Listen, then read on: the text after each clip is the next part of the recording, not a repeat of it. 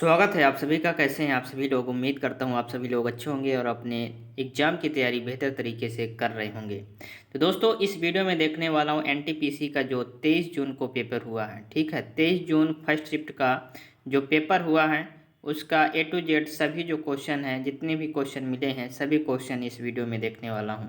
तो शुरू से लेकर अंत तक जरूर बने रहिएगा। अगर चैनल पर न्यू है चैनल को सब्सक्राइब कर लीजिए, वीडियो को लाइक कर दीजिए, अपने दोस्तों के साथ शेयर कर दीजिए। सभी जो क्वेश्चन है वो 100% रियल क्वेश्चन है और एग्जाम में पूछे गए क्वेश्चन है और ये सभी क्वेश्चन जो है वो बताए गए क्वेश्चन है। ठीक है, चलिए। अगर आपका एग्ज़ाम हो चुका है तो आपको क्या करना है, टेलीग्राम चैनल को ज्वाइन करना है। ठीक है, और डिस्क्रिप्शन में लिंक मिल जाएगा, वहाँ से आप क्वेश्चन ज़रूर भेजिए। ठीक, चलिए। पहला क्वेश्चन ये पूछा गया था कि 5000 वर्ष पहले एथार के मरुस्थल में कौन सी सभ्यता थी। ठीक है, 5000 वर्ष पहले जो है वो थार के मरुस्थल में कौन सी सभ्यता थी, ये पूछा गया था। तो सिंधु घाटी सभ्यता जो है का विकास हुआ था। यह सभ्यता जो है 2500 से 1700 ईसा पूर्व के आसपास पनपी थी और शहरी नियोजन, पक्की ईंटों के घरों और विशिष्ट जल निकासी प्रणाली के लिए जानी जाती थी। तो सिंधु घाटी सभ्यता इसका सही जवाब हो जाएगा, ये ऑप्शन में दिया गया था। नेक्स्ट क्वेश्चन ये पूछा गया था कि झारखंड विधानसभा चुनाव 2024 में कौन सी पार्टी ने सरकार बनाई है और कितनी सीट मिली हैं। झारखंड विधानसभा चुनाव 2024 में कौन सी पार्टी सरकार बनाई है और कितनी सीटें जो है मिली थी। तो झारखंड विधानसभा चुनाव में 2024 में, ठीक है, मुक्ति मोर्चा यानी जेएमएम के नेतृत्व वाले महागठबंधन एनडीए ने सरकार बनाई है। ठीक है, जेएमएम के महागठबंधन जो है वो एनडीए ने इसको सरकार बनाई है। तो ये ऑप्शन में दिया गया था, इसका सही जवाब होगा। जेएमएम को 34 सीट मिली है, कांग्रेस को 16 और आरजेडी को 4 सीट मिली है। ठीक है, यानी महागठबंधन का जो है कुल 56 सीटें मिली हैं और 56 सीट मिली हैं तो इन्होंने जो है वो सरकार बना ली है। भाजपा को टोटल 21 सीट मिली थी। ठीक, चलिए। तो इसका सही जवाब क्या होगा, इसका सही जवाब हो जाएगा जेएमएम। ठीक, महागठबंधन। नेक्स्ट क्वेश्चन ये है कि राष्ट्रीय दिवस पर मॉरिशम कौन सा नेवी का जहाज गया था।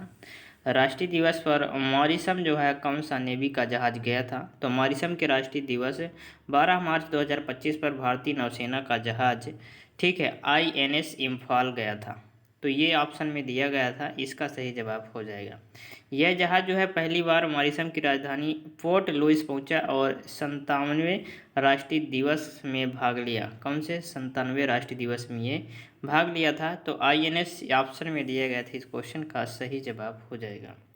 नेक्स्ट क्वेश्चन ये पूछा गया था, हर्षवर्धन के शासनकाल के दौरान किस चीनी यात्री ने भारत का दौरा किया।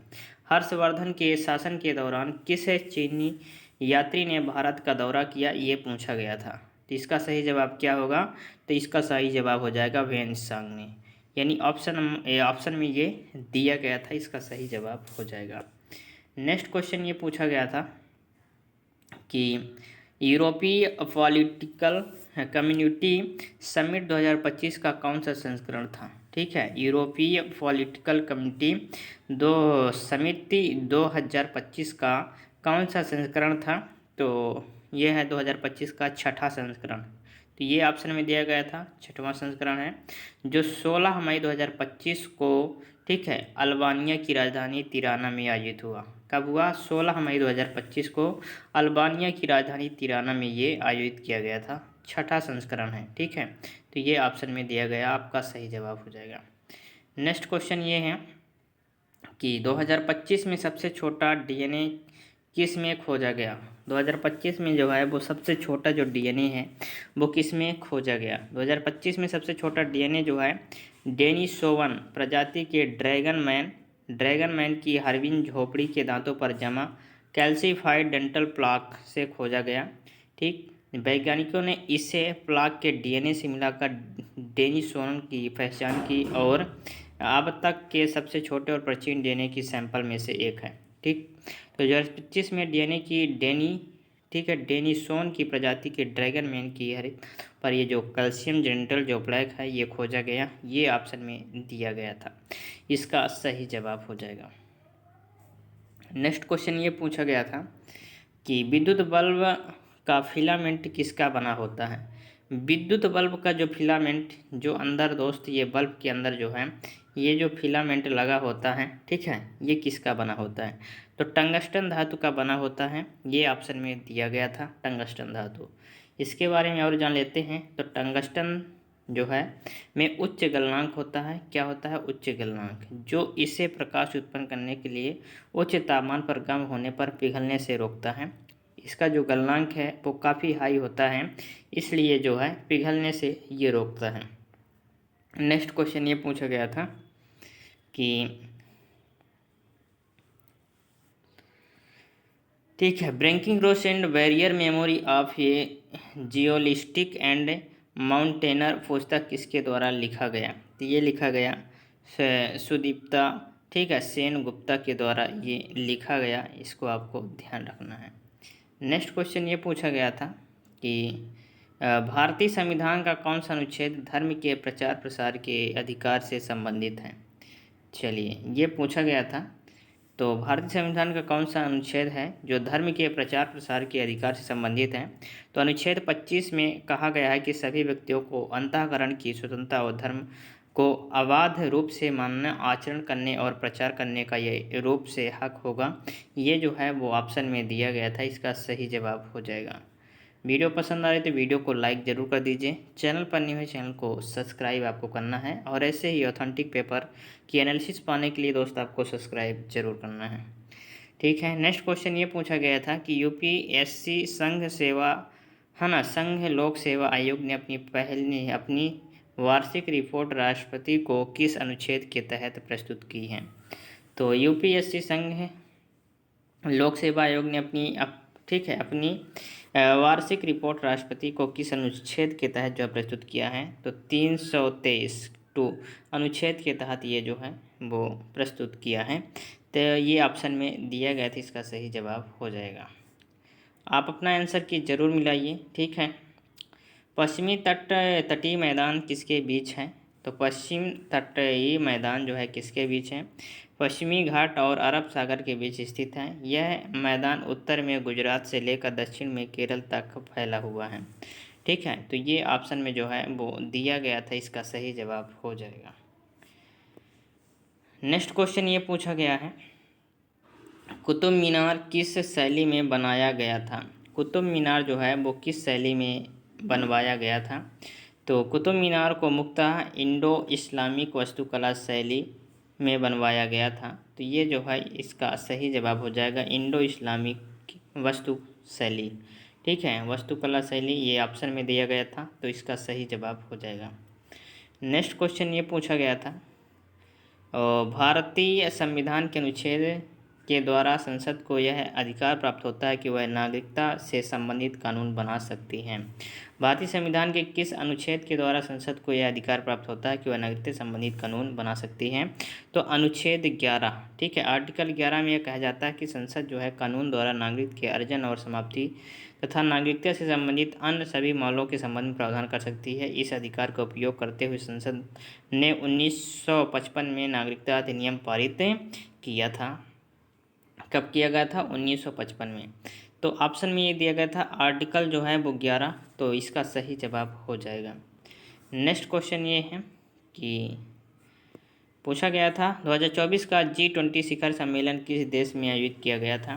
तो 2024 का जो है वो G20 शिखर सम्मेलन जो है वो 9वां G20 शिखर सम्मेलन 18 से 19 नवंबर 2024 तक ब्राज़ील के रियो डी जेनेरो में आयोजित किया गया था। कहाँ किया गया था? ब्राज़ील के रियो डी जेनेरो में आयोजित किया गया था, जिसका विषय था कि न्यायपूर्ण विश्व और एक सतत ग्रह निर्माण। तो ये जो है ऑप्शन में दिया गया था, इसका सही जवाब हो जाएगा। नेक्स्ट क्वेश्चन ये पूछा गया था, निम्नलिखित में से कौन सा योजना आयोग के पहले अध्यक्ष थे। योजना आयोग के पहले अध्यक्ष कौन थे? तो भारत के प्रथम प्रधानमंत्री जवाहरलाल नेहरू जो हैं, ठीक है, जवाहरलाल नेहरू योजना आयोग के प्रथम अध्यक्ष थे। तो जवाहरलाल नेहरू इसका सही जवाब हो जाएगा, ऑप्शन में दिया गया था। ठीक है, जवाहरलाल नेहरू इस क्वेश्चन का सही जवाब हो जाएगा। नेक्स्ट क्वेश्चन ये है कि पाषाणकालीन भित्ति चित्र कौन सी गुफाओं में खोजे गए हैं। पाषाणकालीन भित्ति चित्र कौन सी गुफाओं में खोजे गए हैं? तो मध्य प्रदेश के भीमबेटका गुफाओं में ये खोजे गए हैं। ठीक है, एमपी के भीमबेटका गुफाओं में ये जो है वो खोजे गए हैं। तो भीमबेटका गुफाओं में ये ऑप्शन में दिया गया था, इसका सही जवाब हो जाएगा। नेक्स्ट क्वेश्चन ये पूछा गया था, स्टार्टअप इंडिया किस मंत्रालय ने लॉन्च किया? ठीक है, तो स्टार्टअप इंडिया किस मंत्रालय ने लॉन्च किया, ये पूछा गया था। तो वाणिज्य और उद्योग मंत्रालय के अंतर्गत आती हैं। ये जो स्टार्टअप और इंडिया है वो किस मंत्रालय के द्वारा लॉन्च किया? तो मिनिस्ट्री ऑफ कॉमर्स एंड, ठीक है, इंडस्ट्री, वाणिज्य और उद्योग मंत्रालय के अंतर्गत ये दोस्त आता है। ये जो है वो दिया गया था ऑप्शन में, सही जवाब हो जाएगा। नेक्स्ट क्वेश्चन ये पूछा गया था कि, ठीक है, dream count novel book written by who? तो ड्रीम काउंट जो नोवेल बुक है वो किसके द्वारा लिखा गया? तो ये लिखा गया ठीक है, चिमामडा नागोजी आदिची के द्वारा ये लिखा गया, ये ऑप्शन में दिया गया था। तो इसका सही जवाब हो जाएगा। नेक्स्ट क्वेश्चन ये है, ब्रिटिश काल में कौन सी भू स्वराज व्यवस्था में फसल का एक हिस्सा संपत्ति के रूप में देना होता है? ब्रिटिश काल में कौन सी भू स्वराज व्यवस्था में फसल का एक हिस्सा जो है संपत्ति के रूप में देना होता है? तो ब्रिटिश काल में भू स्वराज व्यवस्था में महालवाड़ी व्यवस्था, ठीक है, कौन सी महालवाड़ी व्यवस्था में फसल का एक हिस्सा संपत्ति के रूप में देना होता है, जिन्हें किसान अपनी उपज का निश्चित भाग सरकार को देना पड़ता था। तो ये जो है महालवाड़ी व्यवस्था में फसल का एक हिस्सा, ये ऑप्शन में दिया गया था। तो इसका सही जवाब हो जाएगा। चलिए नेक्स्ट क्वेश्चन ये पूछा गया था कि 2011 की जनगणना के अनुसार निम्नलिखित में से किस राज्य में अनुसूचित जनजाति की संख्या शून्य है? तो 2011 की जनगणना के अनुसार निम्नलिखित में से किस राज्य में अनुसूचित जनसंख्या जो है, अनुसूचित जनजाति की जनसंख्या शून्य है?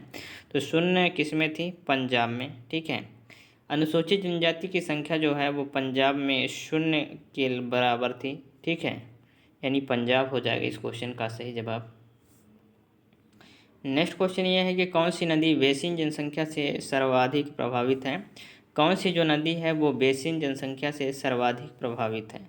तो गंगा नदी बेसिन दुनिया का सबसे अधिक आबादी वाला नदी बेसिन है। ठीक है, तो गंगा नदी ये ऑप्शन में दिया गया था, इसका सही जवाब हो जाएगा। नेक्स्ट क्वेश्चन ये है कि म्यांमार के मांडले जेल में किस भारतीय क्रांतिकारी को रखा गया था? म्यांमार के मांडले जेल में किस भारतीय क्रांतिकारी को जो है वो रखा गया था, ये क्वेश्चन में पूछा गया था।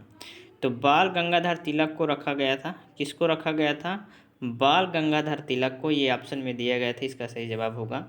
चलिए और जान लेते हैं, उन्हें 1908 में राजद्रोह के आरोप में गिरफ्तार किया गया था और 6 साल की सज़ा सुनाई गई थी। कब?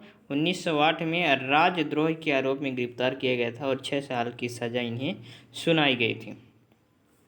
चलिए नेक्स्ट क्वेश्चन पूछा गया था, ग्राम पंचायत में किसका चुनाव नहीं होता? ग्राम पंचायत जो है वो, ग्राम पंचायत में किसका चुनाव जो है वो नहीं होता?